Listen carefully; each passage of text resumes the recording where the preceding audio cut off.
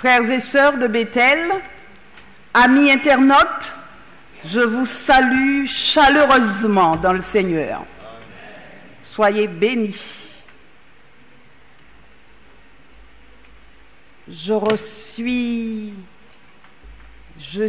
Mes yeux sont tournés malgré moi vers le réveil.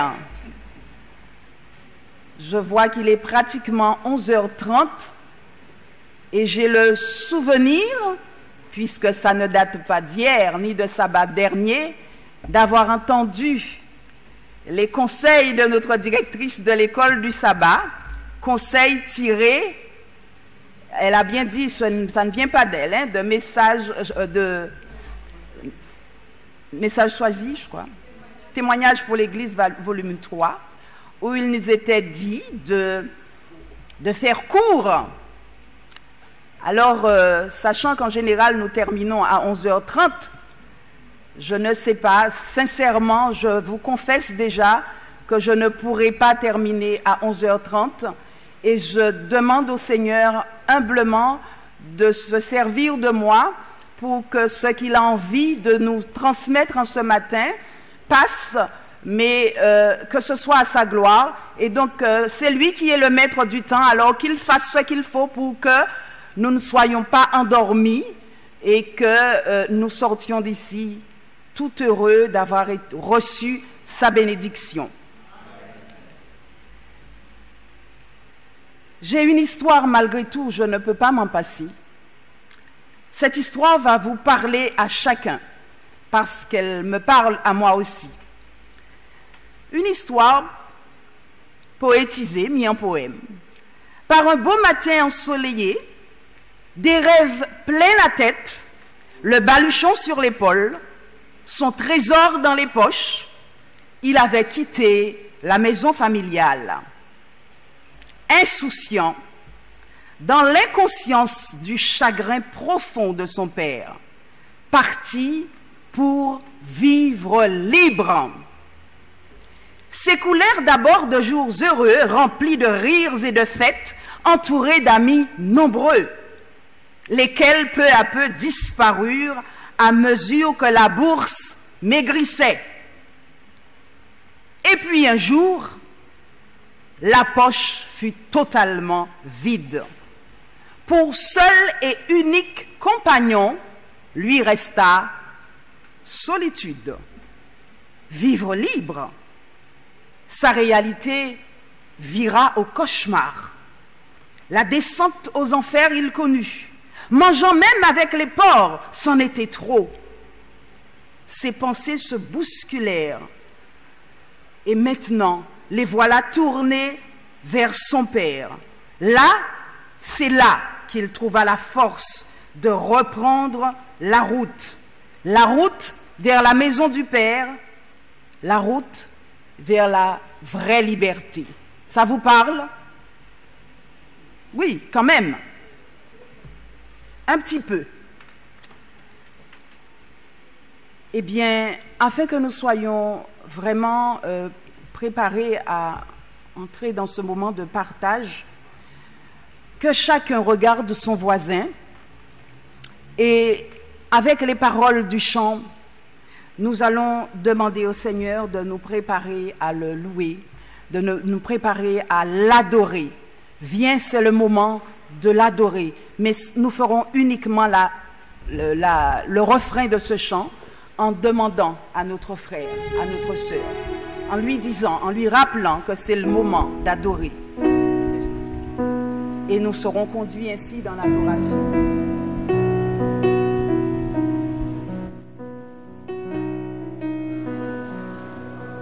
Viens, c'est le moment de l'adorer. Viens. C'est trop bas. C'est trop bas, merci.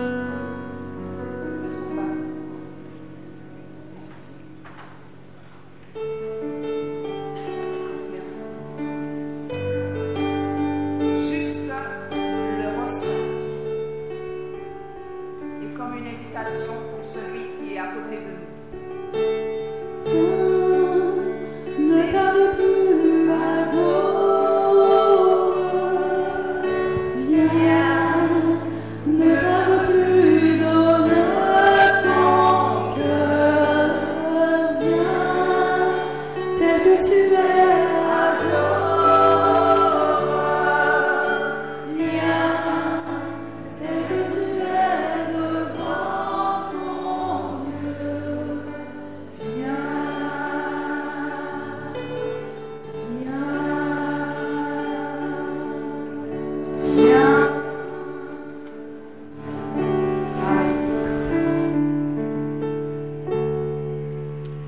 Peut-être cet autre va parler, pourquoi pas, aux étudiants, à ceux qui aiment l'histoire et probablement un peu plus à nous qui sommes guadeloupéens. Écoutez, elle est beaucoup moins... On l'a raccourcie volontairement. Il avait boosté sa troupe. Il l'avait boosté avec un contenu qui pourrait ressembler à cela. Nous combattons pour notre liberté. Si nous ne pouvons gagner ce dernier combat, alors nous choisissons de mourir pour ne plus être, ni nous, ni nos descendants, leur esclave. Plus jamais. Est-ce que ça vous dit quelque chose? Cette personne a enfin déclaré « Et toi, postérité, accorde une larme à nos malheurs et nous serons satisfaits. » Et l'on dit « Est-ce vrai ou pas ?» Et l'on déclame cette phrase qu'il aurait dite « Vivre libre ou mourir ?» Comprenez, frères et sœurs bien-aimés, que ce matin, nous n'allons pas faire un cours d'histoire. Mais il y a une autre parole qui nous est soumise en ce matin, un peu à l'envers. Ça sera le titre de notre message. Mourir et vivre libre.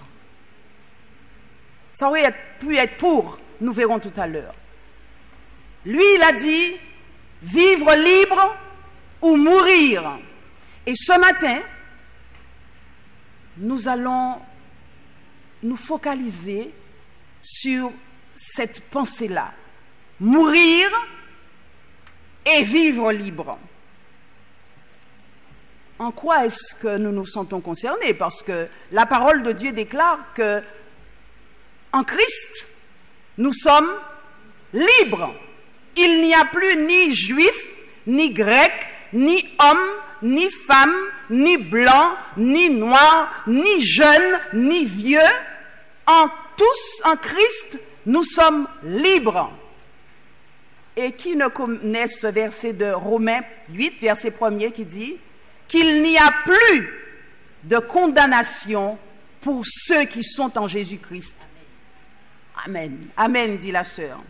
Ce qui signifierait que peut-être qu'il va falloir que je raccourcisse vraiment, puisque tous ici, nous sommes en Christ et donc nous sommes libres. Autrement dit, cette parole, cet échange que nous voulons avoir en ce matin, peut-être que nous ne sommes pas concernés.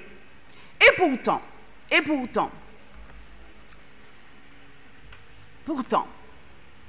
Ori nous a lu un texte tout à l'heure, 2 textes même.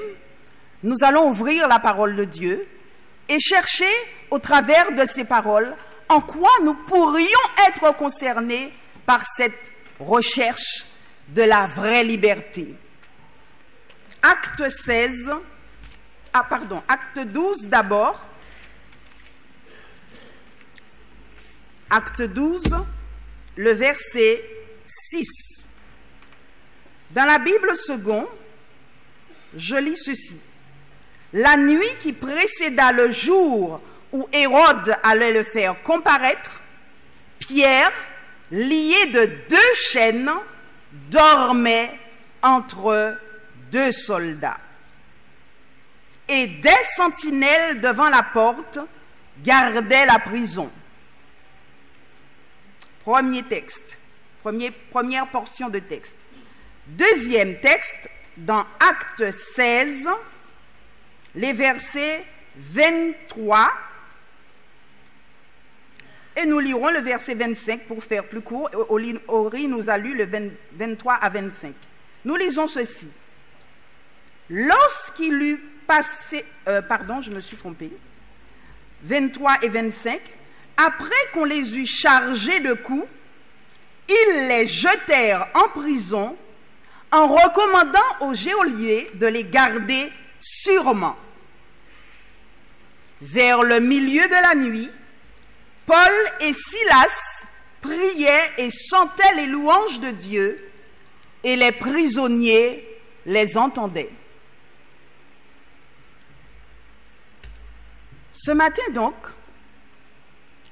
Si nous savons en effet que nous n'avons plus de chaînes à nos pieds, nous ne sommes plus battus de fouet, nous ne sommes pas comme Paul et Silas, ni comme Pierre, avec des fers aux pieds.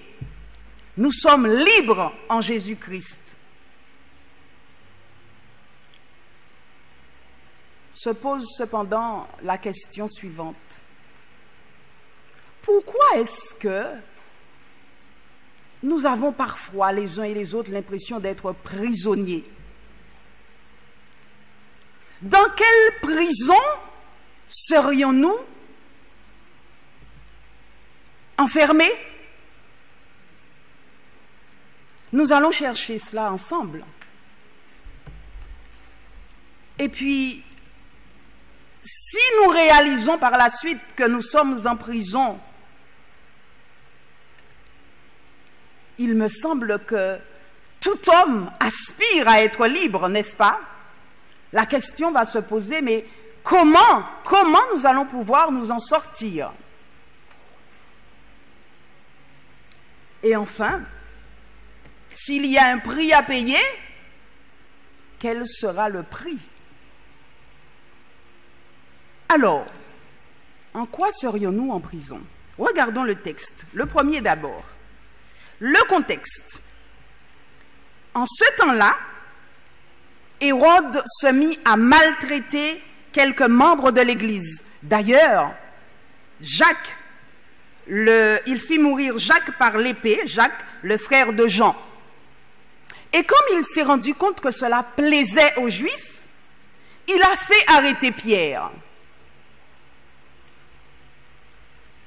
Nous venons de lire le verset 6 qui nous disait que Pierre était lié de 2 chaînes et il dormait entre 2 soldats et des sentinelles veillaient sur lui à l'extérieur. Savez-vous combien de soldats ont accompagné Pierre et combien de soldats veillaient sur lui vraiment, réellement? Le texte nous le dit dans Acte 12, le verset 14. Après l'avoir saisi et jeté en prison, il le mit sous la garde de 4 escouades de 4 soldats chacune. Si vous êtes un petit peu mathématicien, pas beaucoup, un petit peu, vous savez, un peu de calcul, hein, vous connaissez au moins votre table. 4 fois 4, ça fait combien? 16. 16 soldats pour un homme. Il est en prison. Malgré cela, il est lié de 2 chaînes. Et donc, il y en a qui surveillent à l'extérieur. Pierre est en prison, n'est-ce pas? Et nous? Serions-nous en prison? Prison d'Hérode, prison d'État. Est-ce que nous ne serions pas parfois en prison d'État? D'État, je veux dire, de notre État. Avec le verbe être. Je suis au chômage, c'est un État. Je suis malade, c'est un État. Quoi encore? Je suis pauvre, c'est un État. Mais aussi, je suis jeune, c'est un État. Je suis vieux, c'est un État. Je suis petit, c'est un État. Nous ne devrions pas être enfermés dans cette prison, dans ces prisons. Cependant, nous sommes enfermés parfois dans ces prisons. Parce que le fait que nous soyons dans tel état, je suis jeune, donc ça fait que je vis d'une certaine manière, je suis vieux, je suis malade, et ça prend un espace important dans notre vie et ça donne une orientation particulière à notre vie. Prison d'État. Mais il y a aussi que nous pouvons être en prison autrement. Prison de possession, prisonniers de nos possessions, les ma, mon, mais. On peut donner quelques exemples. Ma voiture, ma maison, mais mon conjoint, mon mari, ma femme, mes enfants, mon travail. Nous pouvons être là aussi prisonniers. Nous pouvons être en prison. Nous ne devrions pas l'être, mais il nous arrive de l'être lorsque la place qu'occupent les mon, ma, mais dans notre vie, cette place nous fait agir d'une façon ou d'une autre, plus que d'une autre. Vous me suivez, frères et sœurs et amis internautes? Vous me suivez? Nous pouvons être en prison aussi. Prison des sentiments. Sentiments de peur, de crainte. Nous sommes craintifs. Nous avons peur parce que ceci, parce que cela. Nous sommes jaloux. Nous sommes indifférents. Des sentiments. Nous sommes parfois, tristement, je ne sais pas si c'est ce qu'il y a de pire, mais enfin, parce qu'entre l'indifférence et la haine, il nous arrive d'être prisonniers. Prisonniers donc de nos sentiments qui nous empêchent d'être d'une certaine façon qui conviendrait, qui irait aux croyants en Jésus-Christ, celui qui donne la vie et la liberté. Alors, nous revenons à notre texte et nous allons à Acte 16. Acte 16, et nous allons vers Paul et Silas. Eux aussi, ils sont jetés en prison. Et il est commandé aux geôliers de les garder sûrement. Et ils sont jetés dans la prison intérieure.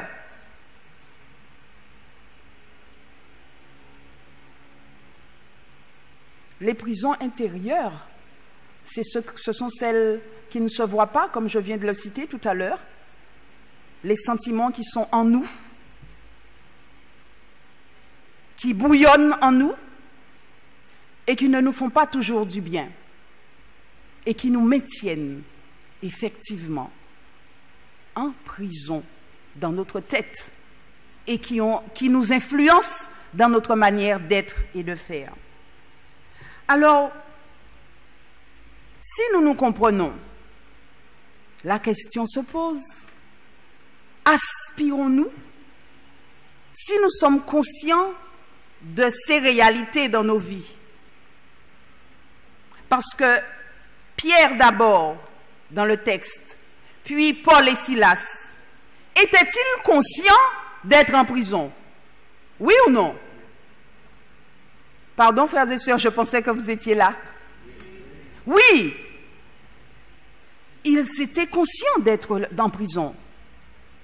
Il importe que chacun de nous fassions un état des lieux de notre propre vie, notre vie personnelle.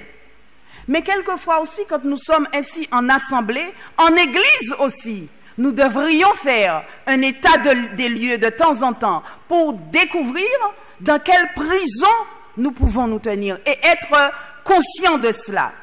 Maintenant, être conscient, ce n'est pas être sorti de prison, vous conviendrez avec moi. Mais c'est déjà quelque chose. Amen. Parce que celui qui ne sait pas qu'il est malade, comment voulez-vous qu'il aille chercher, qu'il aille se faire soigner? Mais non. Donc, première chose, soyons ne faisons pas la politique de l'autruche, ni dans notre vie personnelle, ni dans notre vie d'église. Ne faisons pas la politique de l'autruche. Reconnaissons notre situation, comme Paul et Silas, comme Pierre. Mais alors, me direz-vous, il y a comme un petit brin de folie et d'inconscience dans l'attitude de ces hommes. Dans le premier texte, nous avons compris que Paul, Pierre, étaient en prison, enchaînés et sous la garde de 16 soldats. Et j'aimerais que vous lisiez avec moi ce qui est dit. Nous l'avons lu, mais je pense que ça vaut le coup de relire. La nuit qui précéda le jour où Hérode, verset 6, allait le faire comparaître, Pierre, lié de 2 chaînes, dites avec moi le verbe, dormait entre 2 soldats. Frères et sœurs et amis, lorsque, dans une situation pareille, que vous êtes conscient, que ça peut déboucher, souvenez-vous qu'il nous est dit plus haut, au début du texte, que le contexte était, le contexte était délicat et difficile. Jacques avait été tué. Donc, voilà que Pierre se trouve en prison, ça veut dire que lui aussi, d'ailleurs il devait comparaître le lendemain, il doit comparaître le lendemain, et que fait Pierre? Pierre dort entre 2 soldats. Ça vous rappelle quelque chose? Ça vous rappelle un épisode de la vie de Jésus? Lorsque dans le bateau, sur la mer en furie, et là, alors que tout le monde cherche à sauver ce qui peut être sauvé, Jésus dormait dans le bateau. Ce que nous sommes en train de réaliser là, c'est que, conscient d'être dans l'état où il est, dans sa situation, Pierre, je suppose, n'a pas envie de mourir et a envie de sortir de là. Cependant, Pierre dort. Allez, on va regarder alors pour ce qui concerne Paul et Silas. Eux, à 2, on est déjà un peu plus fort. Mais attendez, quand même ils sont en prison. Et ça peut déboucher aussi sur la mort. Ils ont des ceps aux pieds. Verset 25, vers le milieu de la nuit, Paul et Silas priaient et chantaient les louanges de Dieu. Amen. Je sais pourquoi il nous est difficile de dire Amen. Et je comprends, hein, comme j'ai préparé avant, donc je dis Amen. Mais je comprends que en se mettant dans la situation de ces personnes, on se demande, est-ce qu'on aurait eu cette attitude?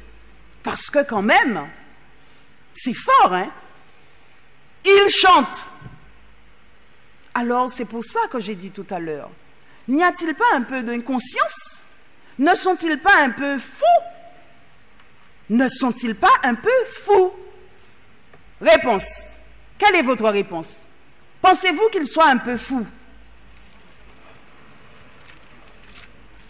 Oh, que j'ai du mal, je sais qu'il est midi, mais que j'ai du mal à avoir une réponse de vous juste pour partager un peu. Pensez-vous qu'ils soient fous? Eh bien, moi, je dis avec la parole de Dieu que oui, ils sont un peu fous de cette folie que la Bible déclare plus sage que la sagesse des hommes. Dans 1 Corinthiens, 1er, il est dit, j'ai oublié de noter le verset, mais il est parlé de la folie des hommes. Verset 25. 1 Corinthiens 1er, verset 25. Car la folie de Dieu est plus sage que les hommes, et la faiblesse de Dieu est plus forte que les hommes. Ces hommes sont habités par la folie de Dieu, c'est-à-dire par la sagesse de Dieu. C'est par cette sagesse qui nous remplit de foi, a dit le frère Vouto. C'est la foi en Dieu et c'est une forme de folie parce qu'on se dit mais non, ça ne va pas. Ça ne va pas, on ne peut pas comprendre qu'il chante. Alors, nous, dans la profondeur, dans les profondeurs, lorsque la nuit, au milieu de nos nuits, au milieu de la nuit de nos épreuves, n'est-ce pas? Il semble que nous ayons du mal à chanter et à louer. Mais ce matin, j'ai envie de vous donner un témoignage poignant qui nous vient d'une famille. Enfin, moi, je la trouve poignante parce que cette maman me raconte combien elle vivait une situation douloureuse avec sa fille qui était en souffrance et combien elle a demandé, elle a dit à sa fille, tu ne sais pas qui tu es? Nous allons chanter, nous allons prier à la gloire de Dieu, nous allons louer le Seigneur pour qu'il te délivre, pour qu'il nous délivre. Et au milieu de la souffrance, elles se sont mises à prier et à chanter, au point que ceux qui étaient autour, comme nous le dit la parole, avec les autres prisonniers de cette histoire, mais ceux qui étaient autour, eh bien, ont été émus jusqu'aux larmes. Et qui sait ce que cela peut porter par la suite comme fruit.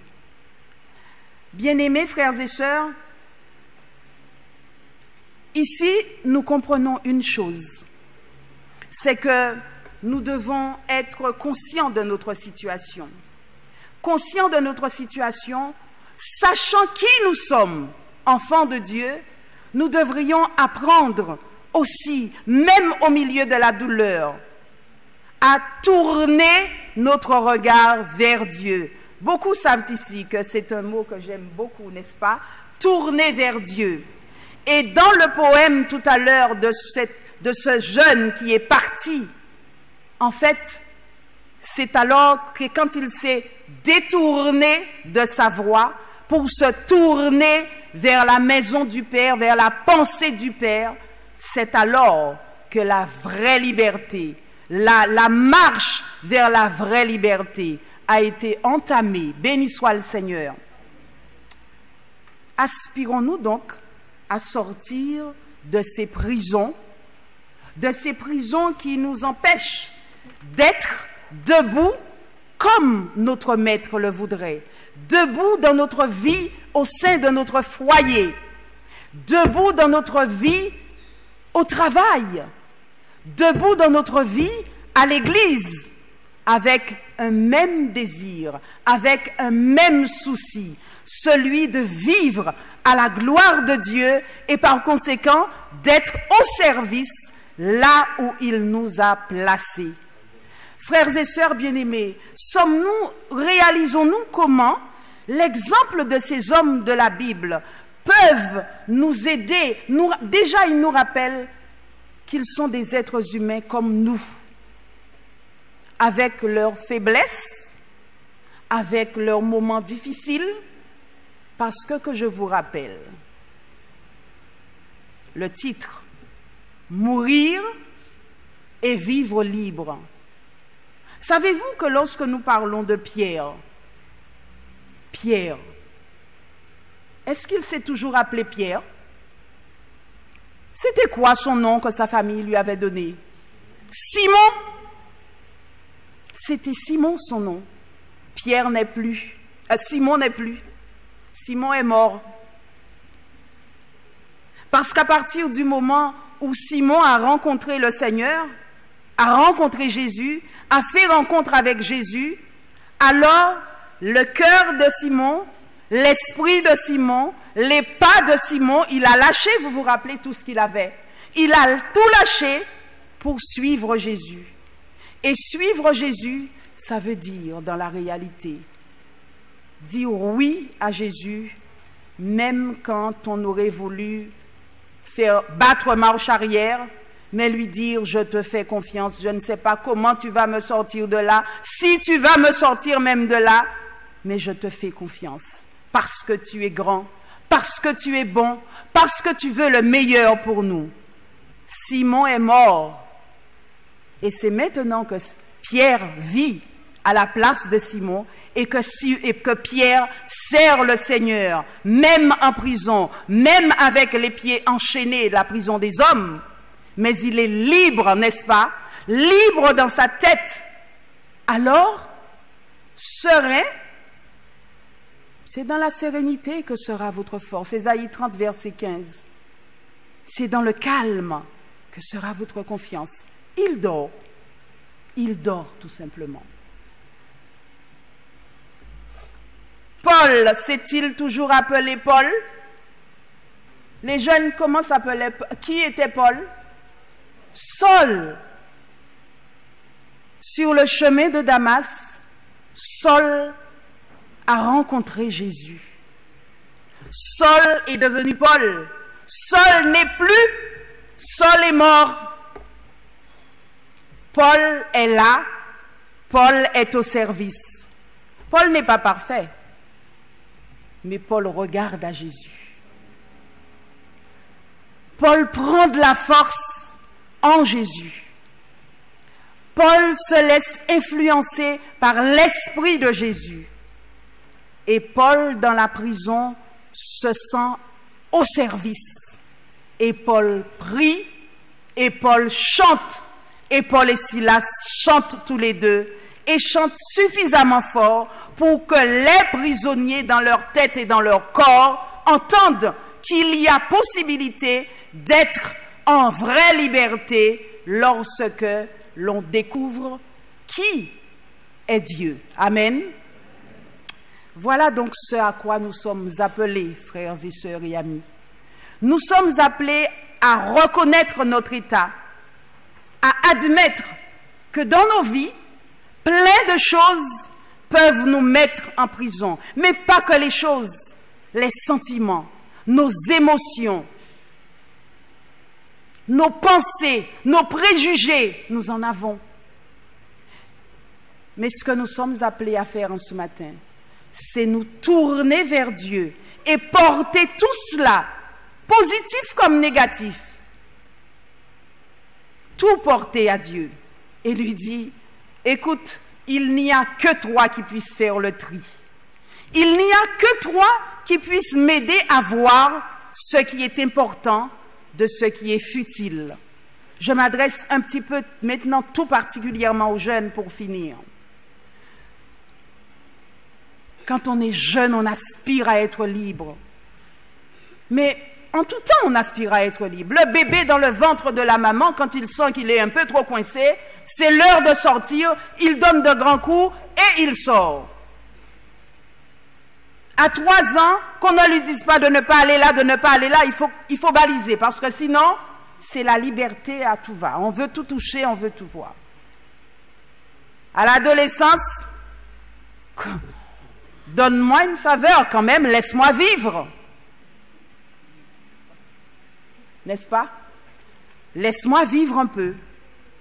Malheureusement, nous les adultes qui avons fait ce monde en quelque part pour nos jeunes, nous y avons tellement mis de choses pour leur épargner de tomber, de blesser. Alors du coup, on ne peut plus appeler le maître, il faut le téléphone depuis à 9 ans.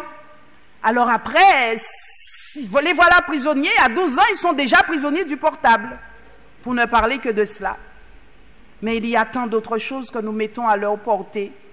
il ne se trouve pas assez beau, donc il faut faire comme ci, comme ça. Mais ce qui ne veut pas dire qu'il ne faut pas être beau, hein, les jeunes, hein, qu'il ne faut pas prendre soin de son corps, de sa présentation.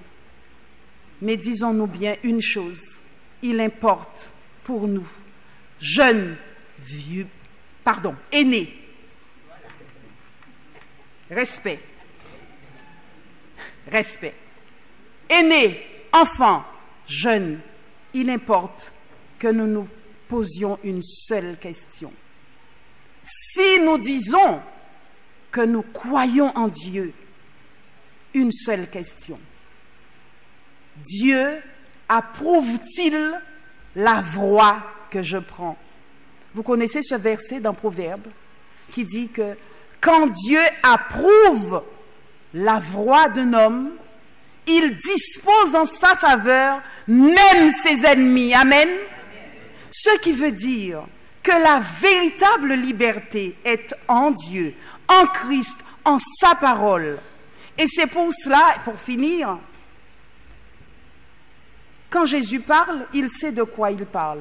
Quand il nous dit qu'il y a les deux commandements les plus importants, tu aimeras le Seigneur, le premier. Tu aimeras le Seigneur, ton Dieu, de tout ton cœur, de toute ton âme, de toute ta force, de toute ta volonté. Et ton prochain, le deuxième, comme toi-même. Le premier est mis ainsi afin que nous puissions tout lui porter. Que nous puissions aller vers lui tel que nous sommes, mais lui faire entièrement confiance parce qu'il ne veut que notre bonheur. Il n'a que des projets de paix pour nous. Mais il nous appelle à son service.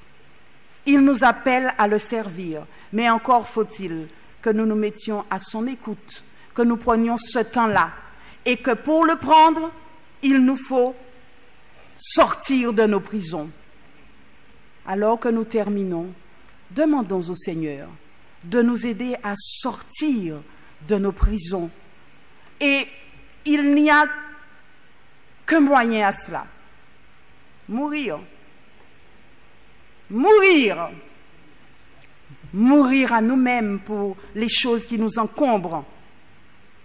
Pour ne plus être simplement Gisèle, la fille de ses parents, mais pour avoir ce nom que je ne connais pas encore, mais que je porte au fond de mon cœur parce que j'ai la certitude que Dieu m'a déjà donné un nom, je ne le connais pas encore, mais le sachant, eh bien, que je me tourne vers lui et que je lui dise, fais-moi vivre comme tu veux que je vive avec le beau nom que tu m'as donné. C'est pour cela que nous sommes invités à non pas choisir de vivre d'abord parce que nous pouvons nous tromper, non pas choisir de vivre libre d'abord, nous pouvons nous tromper, comme ce jeune qui est parti. Mais nous devons tourner la phrase en tant que chrétiens et donc choisir de mourir d'abord afin de découvrir à quel point la liberté en Christ est belle et nous fait vivre à sa gloire. Qu'il en soit ainsi pour chacun d'entre nous ici présents et pour nos amis internautes qui nous écoutent. Que Dieu nous bénisse. Amen.